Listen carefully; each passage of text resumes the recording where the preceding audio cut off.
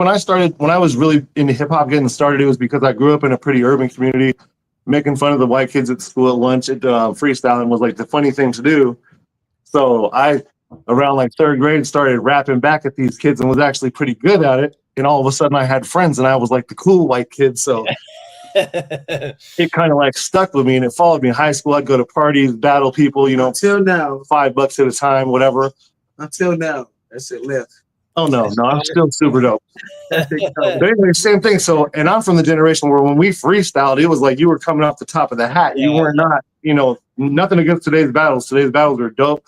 The writers for today's battles are incredible. But my generation, it was a lot harder. You had to sit there and just actually hit the beat and hit the person and be on point and rock the crowd. And so from a comics perspective, I imagine that's very similar. Like you just have to gauge the crowd, get the crowd, and then snatch the fucking entertainment aspect. Yeah, that's why. Yeah, the way I structured my hour when I go into an audience is like a full hour of comic work. Yeah, I do an hour. When I do a set, I'm usually headlining, so I'm usually doing an hour. And it's like I usually try to do something kind of topical, kind of about the area to like let people know that I like. Oh, I was in your town today. Here's a joke about this fucking gas station I went to that everyone's aware of or whatever, And then I do what I call fishing jokes up front, where I do some little bits that are to get an idea of the temperature of the room, right? Like what they're into, how far I can push them, a couple things. If they push back a little, I can be like, all right, I need to ease into that topic, or you can kind of feel out what they're into and what ride they're gonna go on for you. Yeah. So that's funny because my dating style is kind of grenade fishing in the same way. Like I don't got a whole lot of time to waste. So instead of like addressing one cute girl, I just go up to a group with like a grenade opening line and kind of like, see what floats at the top and what doesn't, and then just go from there. So and sometimes it's a dead fish you're taking home, but that's the price you pay. Then you go like find a rabbit or something and just eat some leaves and make it to the next day. Yeah, I don't have time to interview each one individually. I'm just gonna like, boom, who smiles? What do we got? Who's coming? So I heard you got some views on artificial intelligence. I would love to hear your views on AI. Oh man, AI is crazy as shit. AI is a scary ass thing in my opinion. We never should have. We're too far. I was actually just listening to this podcast earlier on my drive back from Houston today about these guys who fuck with artificial intelligence, and it's like, so they think that by 2027, maybe 2028 at the latest, they're gonna have human level intelligence, artificial intelligence, where you will not imperceptible difference, right? Like there's already AI that can pass the Turing test, which if you're not familiar with that, there's a guy named Alan Turing who developed this test that you can put artificial intelligence through to determine whether, like, to see how human-like it is. And there's already artificial intelligence that can pass that test and be imperceptible difference between, like, I'm talking to a human or I'm talking to artificial intelligence. Like that's where we're at. So when you get to that, I mean, I just look at the dangers of it, like you think what you can do as far as, framing people. You can make anything look real online now. I mean, deep fakes is like beyond, like the uncanny valley is real, man. There's not really like a difference between what reality and non-reality. And that's a dangerous line when you start getting people, our world moving towards that. And we're becoming more immersed in these screens and technology, right? So the more we get immersed with it and the more we become one with it, the less the less of a barrier there is between the two things. So, man, I just think we're hurtling towards this chaos of basically Skynet and Terminator is what I think we're going to. Yeah, that's what it does. Yeah, it feels like we're starting to live out those movies. And my daughter actually goes to Arizona State University. She's in forensics, but a lot of her friends that she goes to school with, they actually have law classes now for the upcoming, for the lawyers who are going to have to battle artificial intelligence and deep fakes and breaking down, video and audio and how they can misrepresent people, name, image, and likeness. Really? So there are already classes going on right now teaching them, to prosecute and also how to defend against these artificial intelligences that are coming. And I don't know if you saw that Thailand just released their first cyborg police officer. I did see that. Yeah, I did see that. That's scary. Well, I mean, what's scary is that scary in the wrong hands, which anyone who is in a position of elected official is the wrong hands. But we're talking about something that there's no human aspect, right? There's no human aspect. So there's no nuance anymore, it's just split second decisions based purely on binary code and what is, there's no human interaction or human it's just like this bad, this good. That's the way it's programmed. There's no wiggle room, that could really run into some crazy situations, I don't know, for instance, there's two guys fighting and they pull, each one pulls out a gun. Well, who does the cop shoot? What is that? How does he decide? So quick, it'll nail them both. Boom, boom. Right. Yeah. I mean, there's just there's no room for nuance. Yeah, they're John Wicked people. Well, it's like, there's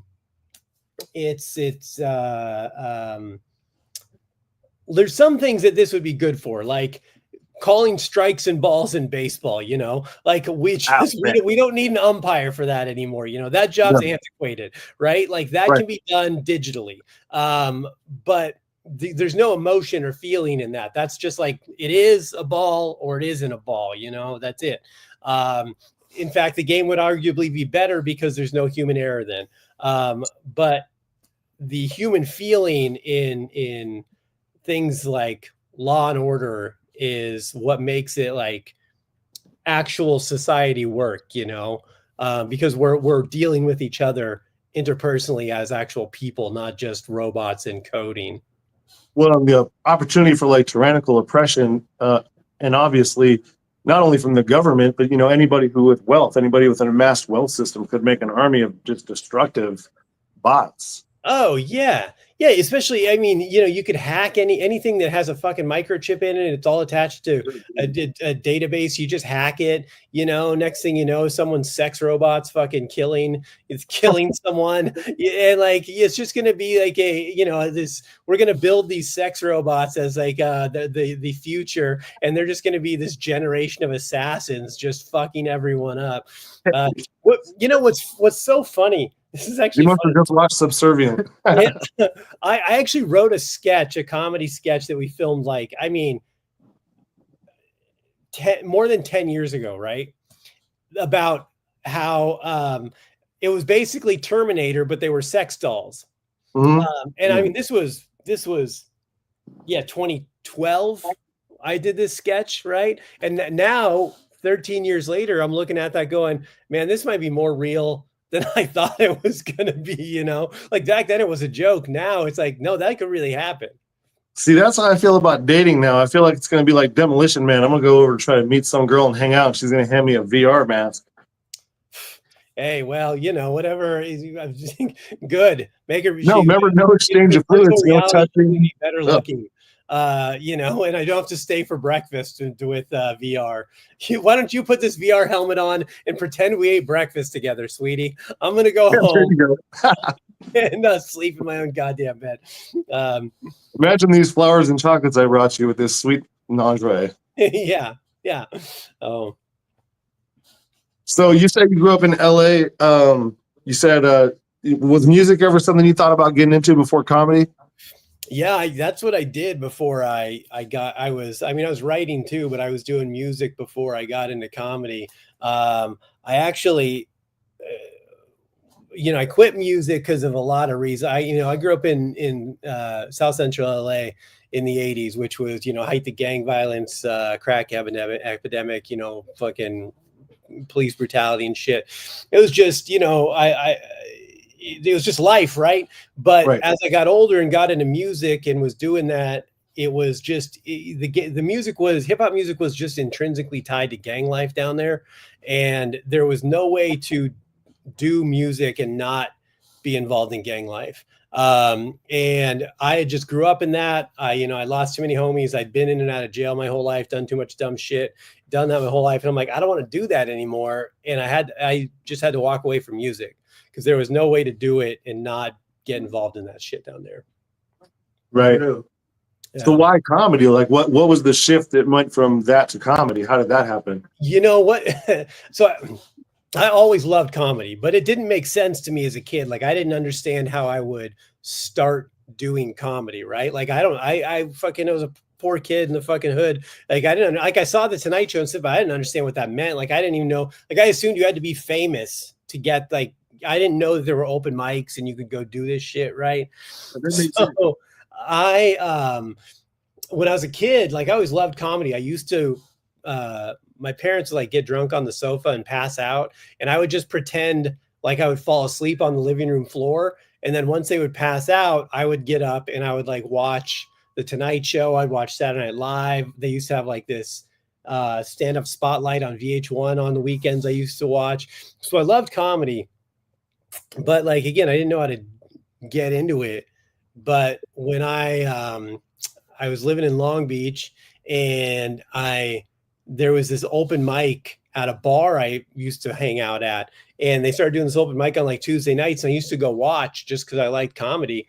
And I didn't like the guy who hosted, his name was Steve. And like, I started getting to know him. I'd be there every week and watching it. And like, I thought Steve was like a comedian. I'm like, this guy's like a comedian. This guy's living the life. He's a comic. Now, after 17 years of doing this, I realized, I'm like, oh, that guy was 50 hosting a shitty open mic on a Tuesday night at a bar in Long Beach. That's the life of a comic, though. That's the real life of a comic. Like this guy, I'm like, that's a bad gig. So one week we talked after the show and he's like, hey man, you're funny. He's like, you ever thought about doing this? I go, yeah, I just didn't know. I don't know. And he goes, well, next week I'm going to sign you up. Come up and do it. So I went home and I started looking at like, because I was writing, like I had written books and I was writing, I was working on a book and I always wanted to write. I was always a writer. And I used to write things down that I thought was funny, like funny concepts or funny ideas or like dialogue. And I didn't know, it didn't have a place. It's just like, this is funny interaction. I'll put this into a book somewhere down the line. I just like this dialogue or this idea, this joke. And what I realized, I went to that to look at it for ideas for the stand-up, is I'm like, oh, I've been writing jokes for a decade. I just didn't realize these were going to be on stage. Like I thought they were going to be in a book or like a script of something. It turns out they're like jokes, stage jokes. So I just started doing it and I never stopped. Just got bit by the bug. And then I kept going. I mean, I started writing comedy articles for websites, doing the podcast, writing stuff for Punch Up on scripts and shit like that, doing all kinds of stuff. So how did Inferno come about? Man, like I've always been a comic book nerd. You can look behind me. Look at I'm looking at it right now. Yeah. Yeah, this is all comic book shit. Holy shit! Wow. Yeah, like I mean, I've always loved the medium, and I always wanted to do comics. I just never knew how, But when a couple years ago, I tried to make a comic book a couple times. It's just hard, It's like you got to find an artist or you got to pay an artist, and it was just pain in the ass. But like, finally, I wrote this script that I liked a lot, and it's something new that I wrote. I've written a bunch of stuff over the years, but I wrote this new script, and I'm like, I like this. I want to do this. And I just found an artist and paid him. I'm like, I'm going to pay you to do the, what's your page rate? Let's make this happen. And I just self-published, man. I started putting an imprint together, figured out all the ins and outs of the business, how to make it work, how to distribute it, how to sell it, and just started doing it, And so, if you don't mind, like brag a little bit. What's the most successful avenue of entertainment that you've had so far? Of entertainment? or in of Just in general, the writing, the comic, the comedy, like what's been your most successful thing to do? Well, I mean, comedy's definitely the most successful. I've been doing it for 17 years now. It's how I pay my mortgage. So I get Okay, that's awesome. like, you know, I don't have a day job, right? Like I don't have this is what I do comedy for a living. That's how I pay my bills. I've been doing That's fucking awesome. 17 years is dope. I've been doing it full time for about almost 10 years. But you know, doing it in some form or fashion for like 17. So what is full time as a comic? Like how many nights a week are you out on performing? It depends, you know. Right now, not. I'm probably doing like 5 to 8 shows a month, and then maybe dropping in and doing a couple small spots throughout the month too. So you're staying pretty active. Yeah, I mean that's actually, like, honestly, that's kind of slow right now. Because I backed off because I'm doing the comic book and I'm trying to put as much time as I can into making the comic book work right now. So like there was like 2 years ago I was doing I did 189 dates on the road. Holy shit. That's so dope. that was too much. I fucking went crazy. I had to back off. But like really if everything was going, you know, if I went back to the schedule I was doing, which I would just have to hit go again. Right now I'm just backing off because I'm taking time for the comic book, but I would probably be doing shows like Thursday through Saturday, if not Thursday through Sunday, every single weekend, you know. Have you ever performed out here in Phoenix? Yeah, it's been about 2 years, but I've been out there. Yeah. Do you remember where you played out here? Mic Drop. I think they're in Chandler, actually. Okay, yeah, that's in Chandler. Yep. And then I've done some some small venues in around Phoenix. I don't remember what they were. They were like, you know, really good friend of mine's name is Mike Dapper. He books for a lot of the events around town for comedy, but he books for Rick Brunson's House of Comedy, which is a good sized venue. Oh yeah, Mike Dapper. I know that name. Yeah, he's fucking hilarious. I love that guy. Yeah. But if you're ever wanting to come out this way, let me know. I can definitely plug the two of you together. I know he's always trying to. Yeah, definitely, man. I'd love to get out there. I know I've sent them my video before, and they've never heard anything back. So I'd love to get into that club. Okay. So you know how that goes when you're the booker, though. You get inundated with stuff. Oh yeah, I've booked for clubs, man. It's a nightmare. Plus, most people send terrible videos. I don't fucking the things people send when they want to get booked for stuff. I'm like, what the fuck why would you send this to anyone? Like, there's 3 minutes of opening with no laughs. Like, what are you doing? Like, don't say, like, somebody sent me a video one time. It's just their feet, like, on the stage. Like, they couldn't get a full video of their body. I'm like, man, it's like the guys who open up with a shrimp pic for the first pic to a girl. Yeah. Like, man. You guys wonder why they didn't get a date. Yeah, you're like, I don't know why I'm not working. I'm like, dude, you got to fucking put a little more effort into this. It says a lot if you can't even get a video of yourself. Right. Yeah, I definitely went and checked out some of your clips before we start talking. I mean, obviously, I've asked you some questions to hit on some things that you do, but I was impressed, bro. I was laughing out loud. I like the video clips. Is there anywhere that people can go and look at like longer clips that are not just the little shorts? I got a special out, Not Your Cup of Tea. You can get it on my website, deececomedy.com. Right now we're doing a deal where it's basically you pay whatever you want. So you go click on the Not Your Cup of Tea tab and you just put in a donation and we'll send you the full video link of my hour. It's you know, you can pay $5, $10, you can even pay $1. It's a dick move, but you can do it and you'll still get the hour, whatever you want to pay. So that'll get you the full digital 4K download or link to the hour. And I don't post a ton of clips online right now just because I've been so busy, but I gotta get back to it. So are you using crowdfunding for the comic? Yeah. So what I did is I paid for the first one out of pocket. Okay. And then it was done. And then we ran a Kickstarter for it. So I was just trying to like recoup that money. And then I put all that money into number 2. So basically we're like ahead at this point where everything this Kickstarter is just paying for the next one.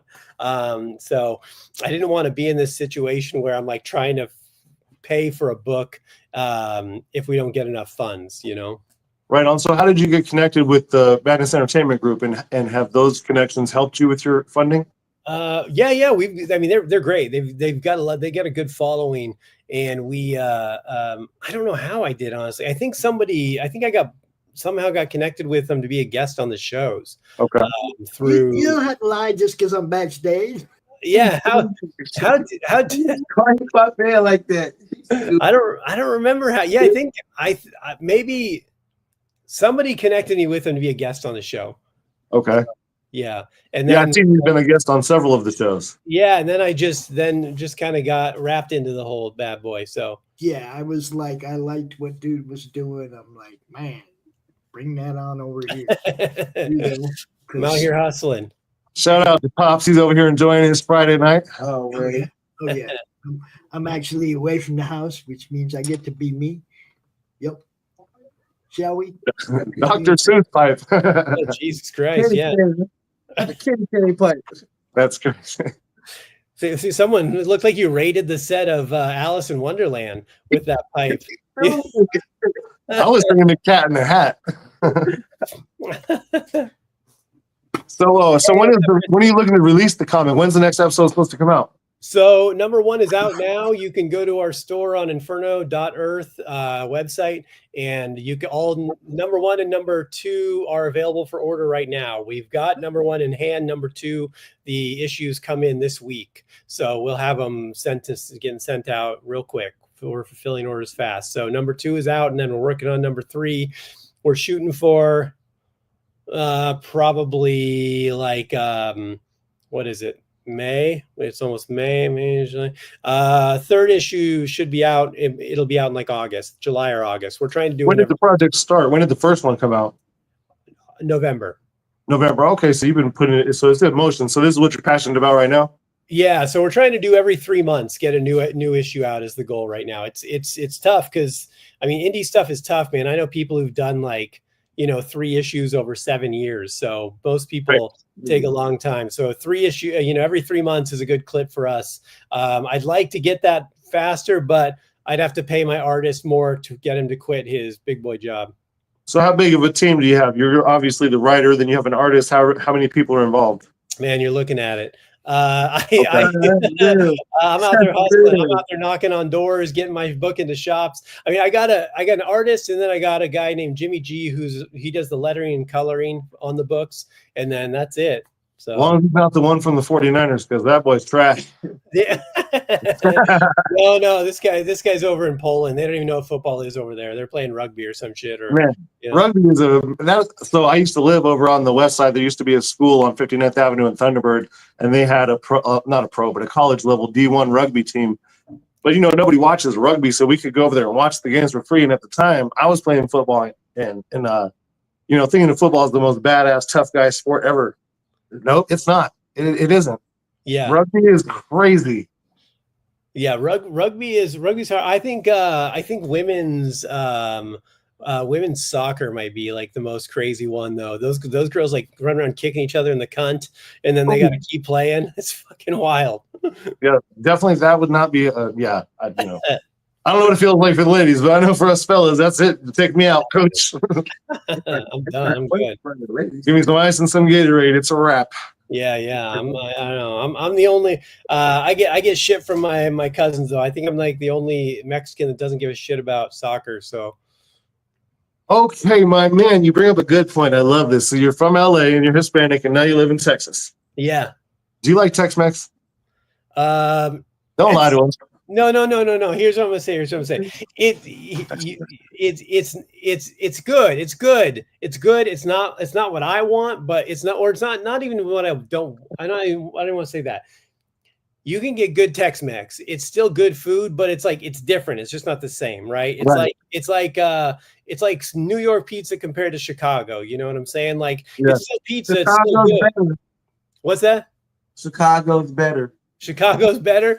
All right, man. I don't know. I don't want a lasagna, but I want although I'm not big on New York. I think New York's New York pizza, man. There's just no way you're not getting drippy. There's just no way to eat it. That's it. See, I don't know. I got spoiled. I grew up on my grandma's food, and she was straight out of Guadalajara, Mexico, and she made some real shit, you know. Real Mexican food. Yeah, and that's what I really like. That's what I make. But don't get me wrong, man. You go cheese up my enchiladas and shit like that, and throw some red sauce over that, and put some. It's still gonna be good. See, I'm from Northern California, and so Northern California, the vegetation is great. The everything has so much flavor, and obviously you have tons of Hispanic people from all over, the lower Central America, Mexico, cooking bomb ass food. LA has bomb ass Mexican food, and I love our Mexican food here in Phoenix. But whenever I'm in Texas, I am so freaking disappointed when I try to get Mexican food. I'm like, what is this? Yeah, there's just where in Texas do you go though? So when I did some show, we toured with Paul Wall and Comedien for a minute back in like 2009, I think, and we did San Antonio, Dallas, and Houston. And even though it's 2009, I realized that Texas is like a very segregated, even if not intentionally, state, because Dallas was the whitest crowd I've ever performed in front of. Yep. San Antonio had the most amazing Latin culture and probably deepest Hispanic crowd I've ever had. And then I went to Houston, and it was all black. Yep, it's 100%. And the food was so different. In each spot, the food was so remarkably different. So here's the thing I will say about this. Like, San Antonio is a huge Latino culture, and like we get good food because there's like, most of this city's getting deported as soon as Trump has his way. Man, if you want to build the wall, build it right through around San Antonio, and you're not taking any Americans. I promise you. Odds are you fucking, that's all right. Yeah, bro. That's why you have good food there, though. Right. That's why we got good food. You go to like Dallas, trash. Austin, overrated as fuck. Houston, yeah, same thing. It's like Houston, you're gonna get like more. You want some soul food or something because they got that. They got the black culture, but also they're right next to Louisiana. So yeah, Cajun food in the soul food and the barbecue is smacking in Houston. On point. But yeah, Dallas, I'd say they have some of the best steak I've ever had when I was in Dallas. I forget the name of the steakhouse they took us to. We weren't paying for it, so we got nice steaks, Yeah. Probably some of the best steak I've ever had in my life. You can definitely tell when the cattle is raised and grown right in the same area from where you're eating it at. Oh yeah. Like you get San Antonio. I feel like we didn't get a good San Antonio experience because everywhere that we ate in San Antonio was off the Riverwalk. So it was like all the trendy stuff. And I know that when you visit a city, you want to eat off of the trendy spots to find the real food. Yeah, it's all touristy. Dude, there's a fucking, there's a Margaritaville and a Hard Rock Cafe on the fucking Riverwalk. You don't want to eat that shit. You want to go like the problem is there's so much Hispanic food in San Antonio. I live 2 blocks off this main road. I can go up that road and go a mile in either direction, and I shit you not, I'll hit 40 Mexican restaurants, I bet. Hey, 40. That's Arizona too. I promise you, within a 1 mile radius, I got every kind of burritos and literally a taco, burrito, carne asada. I could walk any direction and be there in 5 minutes and have one. You got to fill. Here's what I do. So I'll give you guys. I'll lay it down for you. I'm going to give you guys the lowdown on how you find a good Mexican spot. All right. If you want to know the good Mexican spots, there's 2 ways to do it. You get up early and find the one that has all the fucking gardening trucks in the drive-thru in the morning. Okay. If those motherfucking beaners are out there getting their fucking burritos for breakfast before they go out gardening for the day, that's a good spot. Okay. The second way is if they have the word Del Mar or Mariscos in the name of very good of the restaurant, because that means ocean or seafood, right? Yeah. Right. So if these motherfuckers are bold enough that they're going to tell you we fuck with seafood and we do it good, man, their land is going to be real good. Right. So if they can do surf, their turf fucks. So that's where it's at. You find I'm always looking for the taco truck that's cracking right when the bars get out, like everybody knows where it's at. Those to me are also the spot to look for. Yeah. That's so when it's a pop-up stand on the side of the road, but there's like 40 people waiting, you're like, yeah, that burrito is cracking. There's this taco spot I used to go to in downtown LA. It was, I mean, literally like in the worst area. And it was right off the exit of this entrance to get on the 101 freeway. And you had to go through some shady fucking crackhead neighborhood. But they would set up on I mean, it was literally just a tent and a grill, right? And they would set up on the corner. But every time I go do shows downtown LA, I would always stop. I'm like, I'm literally putting my life on the line for these tacos. They're so fucking good. Like, the best food is in the hood. Oh, 100%. Always. You know? So I'm not gonna lie, bro. The best tacos here. There's on 7th Avenue in Indian School. There's a big gay bar called Charlie's. Oh yeah. That everybody would line. They park a taco truck up in the back of this place and open a window inside of Charlie's. That's the only taco that's in that place. There's fucking like people would literally be at all the bars within like a 5-mile radius talking about we got to go get some of them gay tacos from Charlie's before they close because them tacos were busting. But I'm telling you, hey, you know when you're drunk, carne asada hits the spot. That's what it was made for. Yeah, menudo in the morning. Yeah, gay tacos, man. It's like an oxymoron, you know. People. You ever come out here, bro? You gotta have some gay tacos at Charlie's. I'm telling you, they are busting. Wow, pause. No diddy. I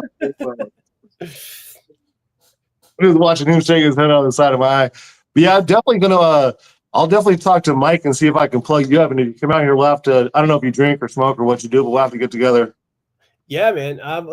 Mike, hold on. Mike Dapper. Mike B. Dapper. We're friends on Facebook. I'm connected with him. Okay. Good dude. Real good friend of mine. But yeah, I'm trying to think if we've ever talked, if I've talked to him before or not, or yeah. Okay. I don't know. The first time I ever saw Mike, he was actually at like a local comedy thing. He was the host of it, but he also performed. And he was talking about dating, you know, being an older guy and dating these younger girls. He's like, these younger chicks like to get freaky. He's like, so I'm out on this date and this girl tells me she wants to lick me somewhere I've never been licked before. He goes, and so in my mind, I was like, I want to be adventurous and try something new. But in my head, I'm like, how do I do this in a masculine way?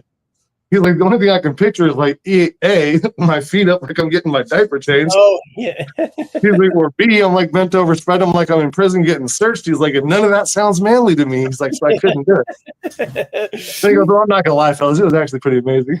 Yeah. You gotta try new things, right? Yeah. Oh man, he's hilarious. Though. He's funny as hell. And actually, I meant to tell you earlier when we were talking about comics. Have you ever seen Robert Schimmel? Oh yeah, yeah. Rest in peace. That's my favorite comic of all time. Okay. Yeah, Schimmel was great. Robert Schimmel had a book out when he was out here at the Mayo Clinic. I used to work at the Mayo Clinic, and he would come out there and he was promoting a book that he was writing. And so I didn't even know he was a comic. I didn't even know who he was. I just knew that like in the room, you know, when there's like 40 people waiting for chemo, I was just a medical assistant, but he would always have all these people in like the worst position in life, you know, stage 4, leukemia, this, that, and the third, but he would have them all in there laughing, you know, waiting to get their treatment. People who I had watched forever that are just miserable, that don't even talk. Just miserable people. And so all the time I'll be like, this dude is hilarious. This dude is hilarious. And then one day he had to do the Merkin thing, which is like a wig that you can get for your hair parts. So he's sitting there telling all the guests into that. And so I stopped and listened, started talking to him. He told me he was a comic. Well, he ended up beating his Hodgkin's lymphoma, which is what he had. And he came back out here on tour, and I bought his book, got his autograph. But when I went to his show, bro, it was the first time I ever went to a comedy show where I was laughing so hard I was wishing he would just shut the fuck up for a minute. Because I had a cramp in like both sides. I'm like, bro, you're fucking just please. That's the laughs per minute. That's the laughs per minute. He's cranking. Yeah, man, his LPMs are through the roof, bro. Yeah. That's pull you aside like, look, buddy, your LPMs are slacking right now. Yeah. Let me get that up. What other metrics do you guys have? How much cocaine we can do in a night. It makes it hard to tell the jokes fast though when you get that cotton out. No. Even when I used to fucking do drugs and get fucked up on tour, I never did any drugs or drank before I performed because like I knew I wasn't better. You know, like I might bring like a beer up with me and like sip a light beer throughout an hour or something just to have something to drink on. But like to get drunk and do it, I was not that comedian. I could not do it. And now afterwards, fucking, you know, blow some. I had the same rule. I would never, even at a local show, I'd never would drink or smoke or do anything before performing. But as soon as I was off stage, I was out back with a shot and a blunt and trying, here it's hot as fuck. So you're trying to find a fan. So anything to cool off because, stage lights, I'm 6'4", so I'm sure you've been on stages where the lights are not very much higher than that. So I'm getting microwave the whole time I'm performing. And I'll run out back, trying to cool off, take a shot, smoking, trying to avoid the people who want to talk to me for a minute because I'm breathing like I just came back to life as a werewolf to human form. Good, yeah. Yeah, as soon as I was off stage, it was game on. But yeah, on stage, no, I was straight in. Is there anything you'd like to promote before we get off the air today? Yeah, guys, go to deececomedy.com. Check out everything going on. We got I do a weekly podcast called The Social Hour. New episodes every Wednesday, and then every other Tuesday we go live on the Madness Network. You can find a video version of the show too. We could do all kinds of different guests, man. I've talked to comedians, comic book creators, fucking presidential candidates, all kinds of shit, dude. So it gets weird. And the special, Not Your Cup of Tea, available on the website also. Again, it's all donation only, so you can pay whatever you want. And it's a PayPal link and put in whatever you want to pay. Leave your email. We'll send you the full 1 hour special. And then the comic book Kill Stan is available now. You can order number 1 and number 2 on our shop on inferno.earth. That's the website, inferno.earth. There's no .com. It's just inferno.earth is the domain. Follow me on inferno.earth on Instagram, deece.comedy on Instagram, and that'll get you everywhere to all the links of what we're doing too. But if you like, the comic book is like, just real quick on the book, it is not your typical comic book. So if you're looking for, it's not like a superhero vigilante punch 'em up. It's the basis is about it's about a guy who wants to end his own life, so he decides to do it through vigilantism, right? Okay. So really, it's very much like a character piece about his personal journey of loss and trauma and the crazy things we do when we feel like we have nothing left to live for. So it's not like cape superhero shit. It's very much like this dark journey into this guy's personal journey of wanting to kill himself. So where they kill himself, he just go crazy by being a vigilante and don't care about his life. Yeah, he's like, I want to kill myself. He can't really get So instead of going the coward way out, he went out like, I'm going. That's pretty cool though. Yeah, so yeah, he's like, he can't bring himself to do it himself, so he's like, I'll just go out and someone else will kill me, like instantly, because I have no training, I have no idea what I'm doing. He ends up living a little longer than he thought he would, but then there's like this conflict of people start to look at him as like this hero, but he wanted to do it. He was being selfish, so which makes him feel even worse about it. And like, there's this whole internal struggle. So it's very much a, kind of a dark journey into one guy's personal psychosis and wanting to end his own life. Bro, sounds awesome, bro. That sounds fucking dope, actually, bro. I'm not gonna lie, that really sounds good. Thank you. It's I love it. It's one of my favorite things I've ever written. I'm really proud of it. Are you planning on making that to like a cartoon or like a show or something like that? I would love to. I've talked to some animators about doing some short film animation on it.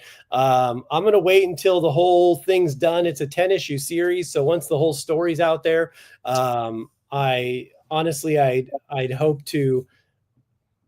love to see it in some sort of animation like Well, yeah, but I don't watch that shit. That sounds dope. Yeah, I don't know if do you remember the old HBO Spawn cartoon? What? Oh yeah, I remember the real movie Spawn with Michael J.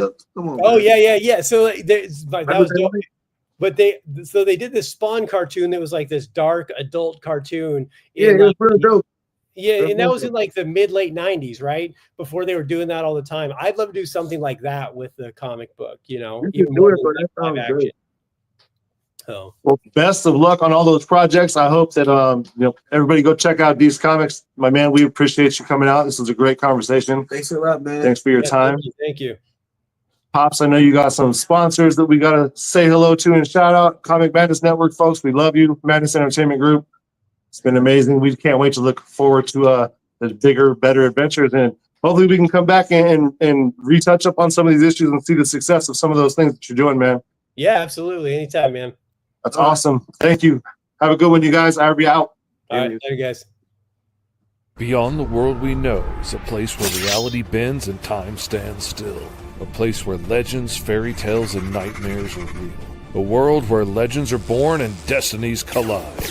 Alice has spent her life lost in an interdimensional rift known as Wonderland, and it forged her into a deadly bounty hunter. With her ancient clockwork guardian Big Ten by her side, they hunt the things that stalk the shadows of Wonderland. Alice Lost in Wonderland issues 1 and 2 launch May 6 on Kickstarter. Follow along at GoMrFish.com.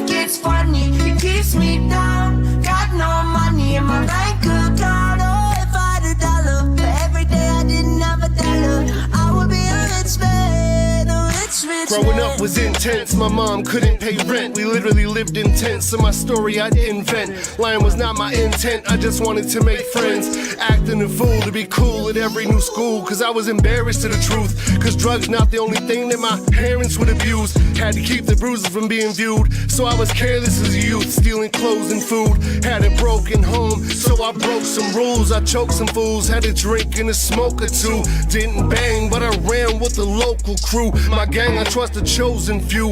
My rat pack with straps in our backpack, selling fat sacks. But every day I didn't have a dollar.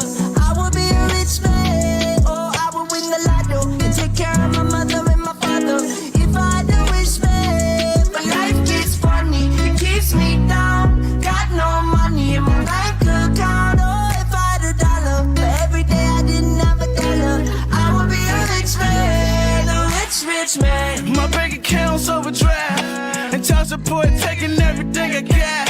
I just wanna be free from my ruined past, but life really kicking my black ass. If I had a dollar for every time I had to ask, I'd be a billionaire plus a little extra cash. Money is the root of all evil. What did I ask? Need mask on, put it all in the bag. Been broke so long, I ain't know how to act. I've been coast to first class, flat to fat ass, A to the pass. Man, if I had a dollar, but every day I didn't have a dollar, I would be a rich man, or I would win the lotto and take care of my mother and my father. If I had a wish, man, but life gets funny, it keeps me down. Got no money in my bank account. Oh, if I had a dollar, but every day I didn't have a dollar, I would be a rich man, a rich man.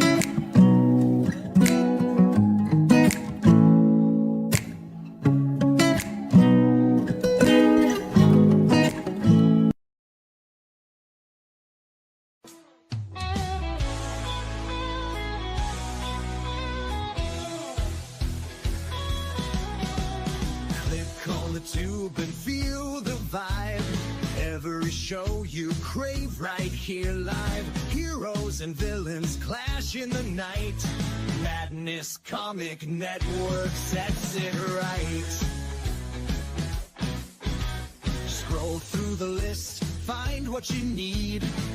Epic battles and fast-paced speed. From capes to cosmic space delight. Tune in and watch your favorites ignite. On Facebook, share the thrill so grand. On X, the buzz across the land.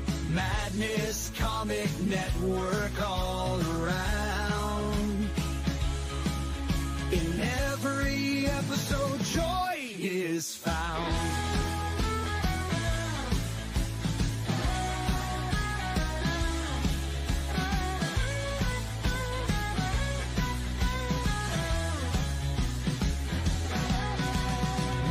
Uploads, they never end. Superheroes and their friends. Catch every twist and every turn. Madness Comic, you will yearn. Stay up to date with every twist. Madness Comic, don't miss a gist. From laughter to tears, every mood. Madness Comic sets the groove. Click that button and subscribe. Catch the wave and ride the tide. Join the fun, join the craze. Madness Comic brightens days. Hey!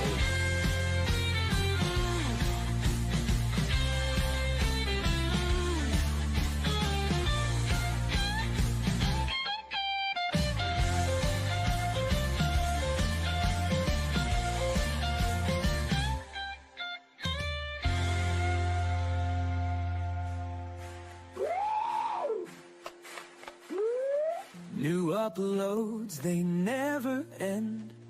Superheroes and their friends. Catch every twist and every turn. Madness Comic, you will yearn. Stay up to date with every twist. Madness Comic, don't miss a gist. From laughter to tears, every mood. Madness Comic sets the groove. Click that button and subscribe. Catch the wave and ride the tide. Join the fun, join the craze. Madness Comic bright.